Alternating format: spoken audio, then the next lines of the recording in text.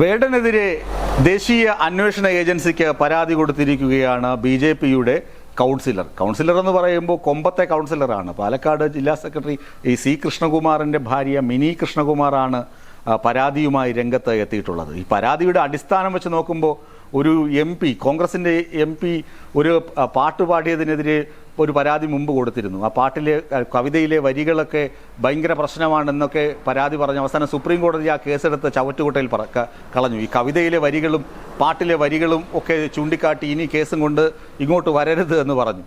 അങ്ങനെ കവിതയിലും പാട്ടിലും പല വരികളും കാണും, അതിനകത്തൊന്നും വ്യക്തി അധിക്ഷേപമൊന്നും ഇങ്ങോട്ട് എഴുന്നള്ളിക്കരുതെന്ന് സുപ്രീം കോടതി പറഞ്ഞിട്ടുണ്ട് ബി.ജെ.പി നേതാക്കളോട്. അങ്ങ് ഉത്തരേന്ത്യയിൽ ഇവിടെ മലയാളികൾക്ക് ബുദ്ധി ഉദിക്കുന്നത് വൈകിയാണ് എന്ന് തോന്നിക്കും. മലയാളികൾക്ക് എന്ന് പറഞ്ഞാൽ പ്രത്യേകിച്ച് കേരളത്തിലെ ബി.ജെ.പി നേതാക്കൾക്ക്. ഈ മിനി കൃഷ്ണകുമാറൊക്കെ നമുക്കറിയാം, പാലക്കാട് ബി.ജെ.പി ഒരുപാട് വേരോട്ടമുള്ള ജില്ലയാണെങ്കിലും 4 വർഷം മുമ്പ് വേടൻ എന്ന ഹിരൺദാസ് മുരളി ഒരു പാട്ടുപാടി അതിനകത്ത് ആ 4 വർഷം മുമ്പ് പാട്ടുപാടി അത് യൂട്യൂബിൽ ഒരുപാട് ആളുകൾ കണ്ടു. 4 വർഷങ്ങൾക്ക് ശേഷമാണ് ഇപ്പോൾ വേടൻ ഒരുപാട് പ്രശസ്തിയുടെ കൊടുമുടിയിൽ എത്തി നിൽക്കുന്നത്. ആ പാട്ടിൽ പ്രധാനമന്ത്രിയെ അധിക്ഷേപിച്ചിരിക്കുന്നു എന്നാണ് ഈ മിനി കൃഷ്ണകുമാർ എന്ന് പറയുന്ന കൗൺസിലർ കണ്ടെത്തിയിരിക്കുന്നത്. അവരുടെ കണ്ടെത്തൽ അതിഗംഭീരമാണ്, ഭയങ്കരമായ കണ്ടെത്തലാണ് കണ്ടെത്തിയിരിക്കുന്നത്. 4 വർഷങ്ങൾക്ക് ശേഷം അവർ 4 വർഷത്തെ റിസർച്ചിന് ശേഷം കണ്ടെത്തിയിരിക്കുകയാണ് പ്രധാനമന്ത്രിയെ അധിക്ഷേപിച്ചിരിക്കുന്നു. അത് 4 വർഷം കൊണ്ട് ലക്ഷക്കണക്കിന് ആളുകൾ യൂട്യൂബിലൂടെ കണ്ടു. അത് ഭയങ്കര മോശമായിപ്പോയി. അതുകൊണ്ട് ദേശീയ സുരക്ഷാ ഏജൻസി ഈ സംഭവത്തെക്കുറിച്ച് അന്വേഷിക്കണമെന്നാണ് മിനി കൃഷ്ണകുമാർ ആവശ്യപ്പെട്ടിരിക്കുന്നത്. ഇത് പ്രഥമ ദൃഷ്ട്യാ ദേശീയ അന്വേഷണ ഏജൻസി ഈ കേസ് വായിച്ചു നോക്കിയിട്ട് അവർ തന്നെ എടുത്ത് ചവറ്റുകൊട്ടൽ കളയേണ്ട സാഹചര്യമാണ് നിലവിലുള്ളത്. ഇനി അവർ ഏത് തരത്തിൽ ഇത് എടുക്കുമെന്നറിയില്ല. കാരണം കൊമ്പത്തെ ബി.ജെ.പി നേതാവിൻ്റെ ഭാര്യയാണ് കേസ് കൊടുത്തിരിക്കുന്നത്. അതുപോലെ തന്നെ വേടനെ ഇങ്ങനെ നിരന്തരം ആക്രമിച്ചുകൊണ്ടിരിക്കുകയാണ്. സംഘപരിവാർ സംഘടനകൾ നിരന്തരം ഇങ്ങനെ പീഡിപ്പിച്ചുകൊണ്ടേയിരിക്കുകയാണ്. ഒരു കാര്യവുമില്ലാതെയാണ് ഈ ആക്രമണം എന്നതാണ് ഇതിനകത്തുള്ള വസ്തുത. എന്തുകൊണ്ടാണ് ഈ ആക്രമിക്കുന്നത്? എന്തിനാണ് ഹിരൺദാസ് മുരളി എന്തുകൊണ്ടാണ് ഇവരുടെ ശത്രുവായി മാറുന്നത്? ഹിരൺദാസ് മുരളിക്ക് എന്തെങ്കിലും രാഷ്ട്രീയമുണ്ടോ?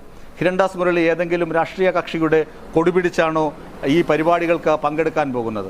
ഹിരൺദാസ് മുരളിയെ ആരെങ്കിലും സോഷ്യൽ എഞ്ചിനീയറിംഗിൻ്റെ ഭാഗമായി ഉപയോഗിക്കുന്നുണ്ടോ?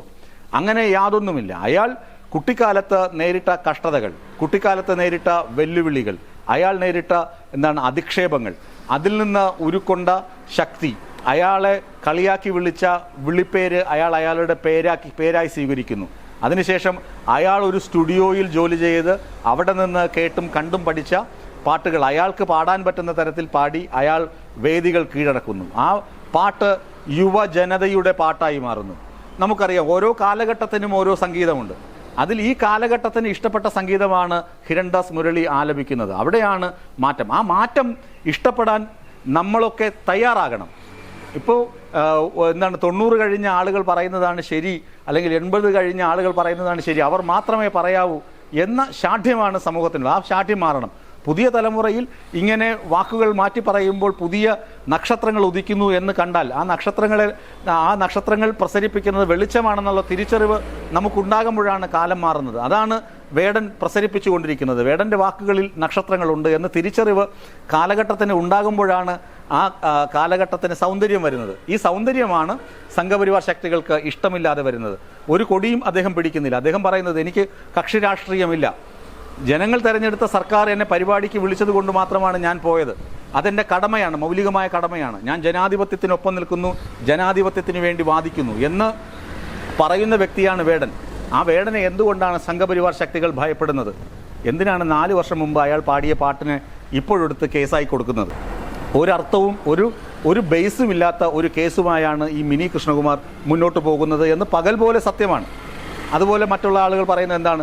NIA, CBI ഇവരൊക്കെ ശക്തമാണ് എന്ന് പറയാണ്. വേടൻ ഇതൊക്കെ കണ്ട് വേടനെ പേടിപ്പിക്കാൻ വേണ്ടിയാണ് പറയുന്നത്.